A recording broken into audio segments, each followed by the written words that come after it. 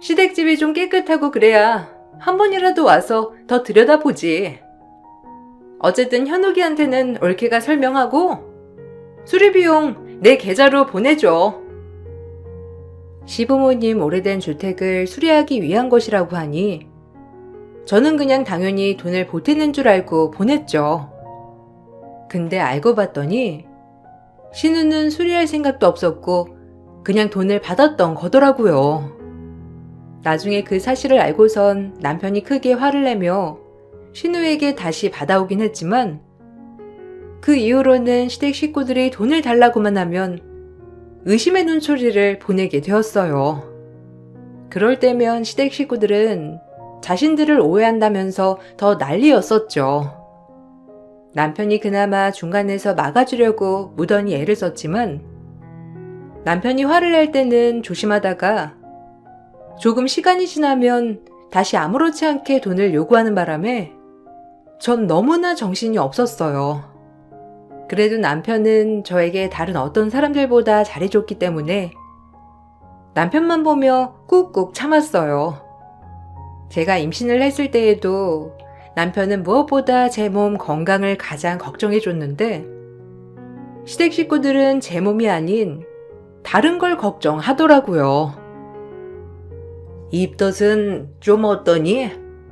원래 입덧을 해야 애가 건강하고 똑똑하다더라. 너 입덧 한다고 병원 가서 약 받고 오거나 주사 맞고 오는 거 아니지? 그런 거 맞으면 애 몸에도 별로 좋지 않아. 사람이 자연스러운 게 좋은 거지. 억지로 막는다고 해서 좋은 거 아니야. 알지? 입덧 심해도 그냥 먹으면 다 괜찮아져. 임신하면 입덧하는 게 맞는 거지. 유난 떨면서 지낼 필요 없단 말이야. 네, 근데 저도 참고 싶은데 참아지지 않아요. 벌써 일주일 만에 5kg나 빠져서 병원에서는 입원했으면 좋겠다고 할 정도라서요. 어머님, 제가 전화통화를 길게 못할 것 같아요. 머리가 어지러워가지고. 하여튼 억지로 약 먹고 그러면 몸에 안 좋으니까 조심하고. 네가 힘들다고 안 먹어버리면 아이가 더 힘든 거야. 너는 이제 엄마니까 네 몸보다는 아이 생각을 해야 맞는 거고. 그리고 임신했다고 너무 네 남편 부려먹지 말고. 나는 그런 거 딱 질색이더라. 아기용품은 아직 안 샀지? 내가 보니까 우리 딸들도 아기용품 이것저것 사둬도 다 쓰지도 않더라. 우리 딸들 애 낳을 때 쓰던 거 있거든? 그거 모아서 보내줄 테니까 쓸데없이 돈 쓰지 말고 그거 써. 네?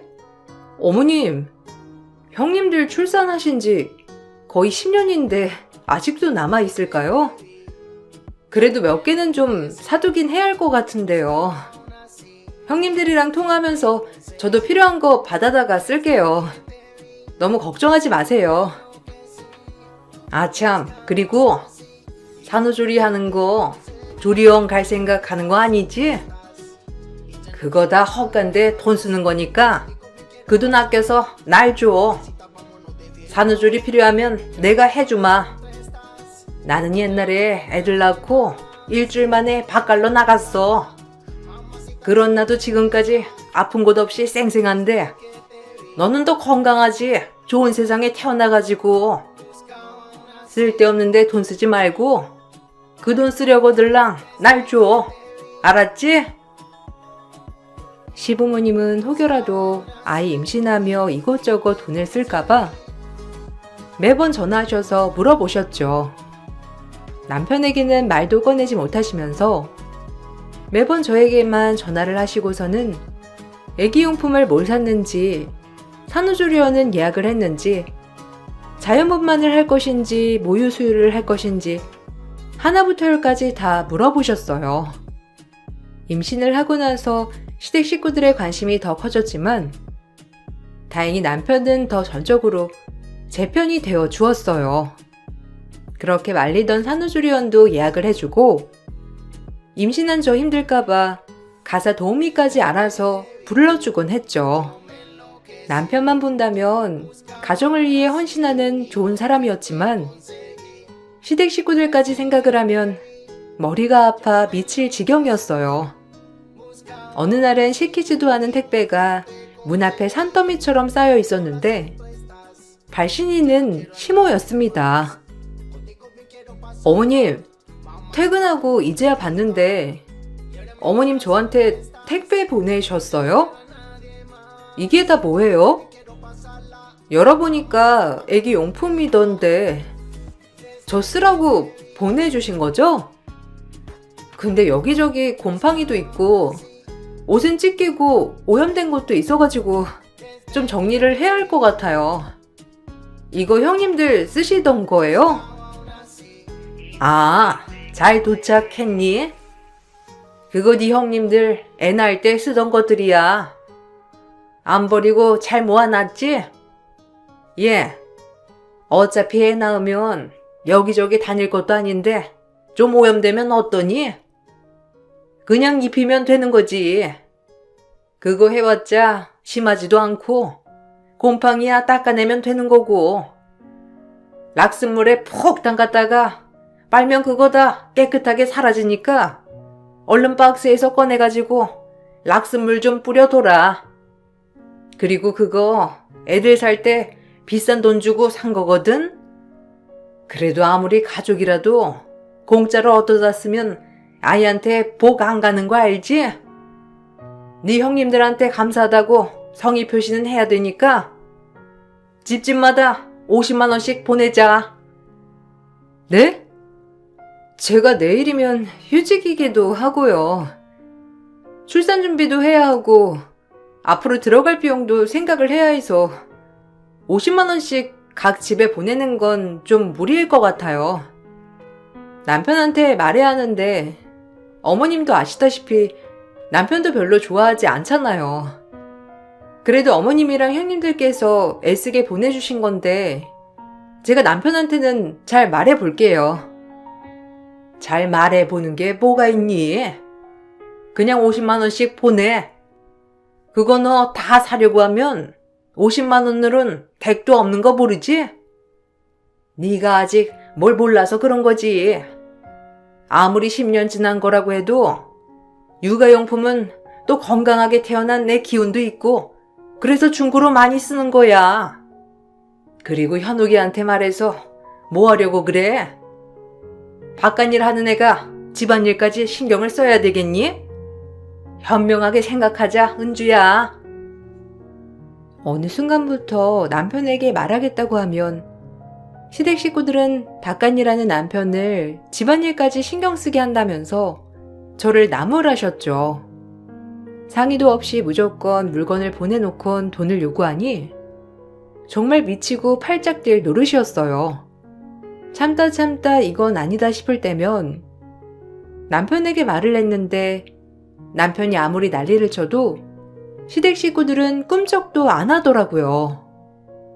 그렇게 결혼한 지 1년이 지날 때까지 전 사랑하는 남편과 지긋지긋한 시댁 식구들 사이에서 스트레스를 받고 있었어요. 그러던 중 남편이 결국 빵 터지게 된 사건이 발생했습니다. 한동안 어떻게든 저에게 돈을 받아보려고 안달이셨던 시모가 결국 집까지 찾아왔던 거죠. 만삭이라 출산일만 기다리고 있었던 집에 갑작스럽게 시모는 김치통을 가지고 나타나셨어요. 어머, 어머님, 이게 뭐예요? 연락이라도 하시지. 버스 타고 여기까지 오신 거예요? 아이고, 김치는 다 뭐예요? 어머님, 저번에 저희 김치 받았다고 말씀드렸잖아요. 어머님도 이번에는 김치 안 하신다고 하셨잖아요. 제가 그래서 친정에서 담근 김치도 보내드렸는데 아직 김치 안 받으셨어요? 받았다. 안 그래도 내가 그것 때문에 너무 화딱지 나가지고 너 네 친정에 10만 원 김치값이라고 드렸니? 내가 그거 듣고 나서는 얼마나 열불이 터지던지 내가 화가 나가지고 이렇게 김치 담가왔어. 이거 유기농 김치 10포기니까 봉사료 1,000만 원 당장 나한테 보내. 어떻게 하늘 같은 시댁은 무시하고 친정에서 김치 받아오면서 돈 줄 생각을 하니? 너 무사히 애 안 낳고 싶냐? 네? 지금 그게 무슨 소리를 하시는 거예요? 제가 어머님한테도 말씀드렸잖아요. 저희 집에서 김치 담글 거라고. 그래서 김치 안 하셔도 되고 어머님 김치 담그시면 제가 도우러 가겠다고도 했잖아요. 근데 어머님께서 김치 안 하신다고 해서 저는 당연히 저희 집에서 김치 같이 담그고 값 드린 건데. 너 지금 나한테 말대꾸하니? 내가 다른 거 말하는 것도 아니고 원래 친정엄마는 딸한테 막 퍼주는 거야. 어떤 친정엄마가 딸한테 돈 받으면서 김치 해주니? 이거 유기농으로 농약 하나도 안 치고 기운 배추로 담근 거니까 네 엄마가 대충 만든 김치보다 더 귀한 거거든? 그러니까 1,000만 원 내놔. 그동안 우리가 많이 참았는데 이젠 도저히 안 되겠다. 지금 도대체 뭐 하는 겁니까? 하다 이제는 집까지 찾아와요? 많이 참은 건 엄마가 아니고 저예요. 여보, 이 잡쓰레기들 다 버려. 어디서 귀한 와이프한테 그딴 압박을 해요? 시모는 갑자기 나와 김치통을 낚아채는 남편을 보고선 깜짝 놀라 아무 말도 못 하시더라고요. 사실 남편은 제 출산일에 맞춰 휴가를 낸 상황이었고 이걸 몰랐던 시모는 난리를 피웠던 거였는데 남편은 김치통과 함께 시모를 끌고선 밖으로 나갔습니다. 몇 시간 후에 돌아온 남편은 눈물 콧물 범벅이 되어 있더라고요. 워낙 자기보다 절 먼저 생각했던 사람이었기 때문에 그 속이 얼마나 문드러졌을까 싶어 꼭 안아줄 수밖에 없었죠.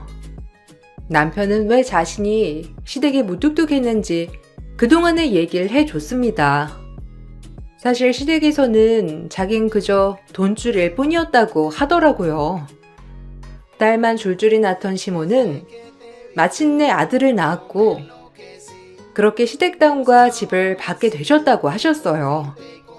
그전까지는 가난하고 찢어지게 살다 아들을 낳고 나서 갑자기 돈이 생기게 된 거죠. 그렇게 받은 돈만 믿고선 시댁 식구들은 일도 제대로 하지 않고 탱자탱자 쓰기만 했고 결국 남편이 대학에 갈 때쯤에는 집만 빼고 모든 재산을 다 탕진했다더라고요. 다행히 대학은 남편이 공부를 잘해 장학금을 받으며 다니게 됐지만 그 후로 생계가 힘들었던 시부모가 계속해서 손을 벌리면서 남편은 대학 시절부터 시댁 식구들 생계를 책임졌다고 해요. 아무리 알바를 해도 혼자서 누나셋과 부모님을 부양하기는 어려웠고 결국 대출까지 받게 되고 그럼에도 불구하고 시댁에서는 아들이니 남편이 부양하는 게 당연하다고 취급을 한 거였어요. 남편이 취직을 하고 나서는 더 심해졌다고 했는데 연을 끊어야 하나 고민을 하던 중 절 만나게 된 거였죠. 연애를 시작한 걸 알게 된 시부모는 남편에게 본인들이 더 잘하겠다며 그제야 사과를 했고 열심히 일을 하는 모습을 보여줬다고 하더라고요. 그걸 보고는 사람들이 바뀌었구나 싶어 연을 이어나가게 된 거라고 했어요. 그런데 결혼을 하고 보니 자기에게 했던 행동 그대로 저에게 뒤에서 하고 있었다는 걸 알게 되었고 이제는 아빠가 되었으니 더 참으면 안 된다 생각을 했다더라고요. 남편이 엉엉 울며 털어놓는 얘긴 저에게도 충격이었는데 돈줄로만 봤던 아들이라니 참 마음이 아프더라고요. 그동안 남편은 다른 지역으로 정근을 신청했고 저희는 빠르게 이사를 가게 되었어요. 나중에 시간이 흐르고 큰 신우가 제 바뀐 번호로 연락이 왔죠.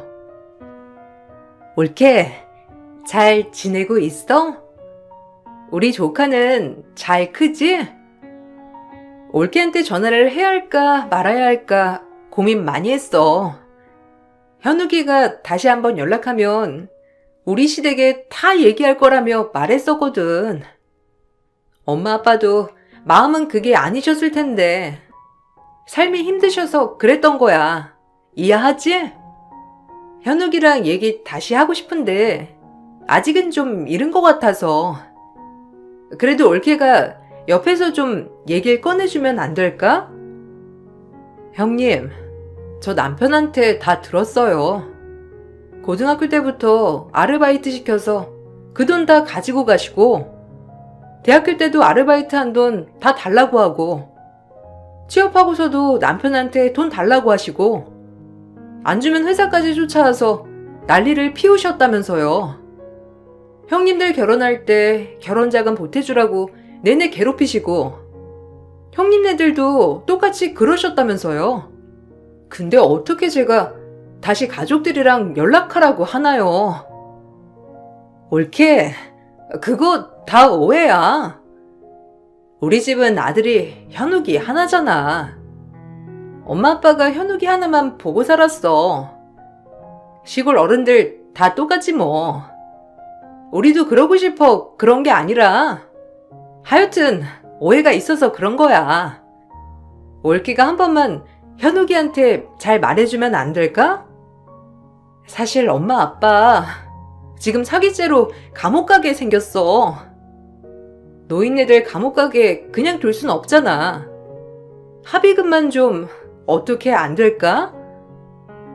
남편 이름 팔아서 사기 친 거요? 그거 형님들도 같이 사기 치셨잖아요. 저희 남편 이름 팔아가지고 저희가 모를 줄 아세요? 남편이 그거 알고 자기는 앞으로 고아라고 부모고 형제고 아무도 없다고 한 거예요. 어떻게 뻔뻔하게 저한테 이렇게 전화를 할 수가 있죠? 염치가 있으면 평생 속죄하면서 살아야죠. 사람이 어떻게 이렇게 뻔뻔할 수가 있어요? 평생을 그렇게 뜯어먹고도 모자라서 이름까지 팔아먹어요? 다시 한번 전화하면 압박으로 고소할 겁니다. 다시는 전화 남편 앞에 나타나지 마시고 소식도 전하지 마세요.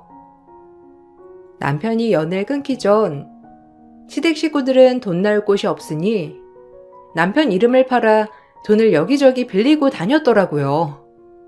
남편이 대기업에 다니고 있으니 사원증을 보여주면서 잘못되면 대출받아 다시 갚을 수 있다며 돈을 빌렸던 거죠. 거기다가 남편이 병원비로 한번 큰돈을 이체한 내역이 있었는데 그걸 가지고 매달 받는 용돈이라고 속이며 돈을 빌렸다고 하더라고요. 시부모가 빌린 돈을 갚지도 않고 뻔뻔하게 나오자 채무자들은 남편을 찾아가기 시작했고 그 사실과 더불어 저에게 유기농 김치를 가져다 주면서 돈을 달라고 한 것까지 더해 결국 폭발하게 된 거였어요. 시부모는 사기죄로 처벌을 받게 되었고 그나마 남아있던 시골집도 경매로 넘어가 버렸다고 하더라고요. 얼마 전 마지막 소식을 듣고선 남편은 저와 오랜만에 술 한잔 마시며 씁쓸한 표정을 지었어요. 자신이 무너졌던 이유도 가족이었지만 지금까지 버티게 됐던 이유도 가족이라며 저와 아이에게 고맙단 말도 해주었어요. 가족이라는 게 참 뭔지 많은 생각이 들었어요. 앞으로 남편과 저 그리고 아이까지 이렇게 세 식구 똘똘 뭉쳐 잘 이겨내 보려고요. 출산을 하고 나서 1년여 동안 저희는 행복하게 잘 지내고 있어요. 사실 천륜을 끊는다는 게 쉽지 않은 선택이라는 거 알고 있지만 남편은 꿋꿋하게 잘 견뎌내고 있답니다. 그렇지만 주변에서는 아직도 아들 하나 믿고 사는 부모를 버렸다고 하시는 분들도 있거든요. 여러분들은 어떻게 생각하시나요? 사연 들어주셔서 감사합니다.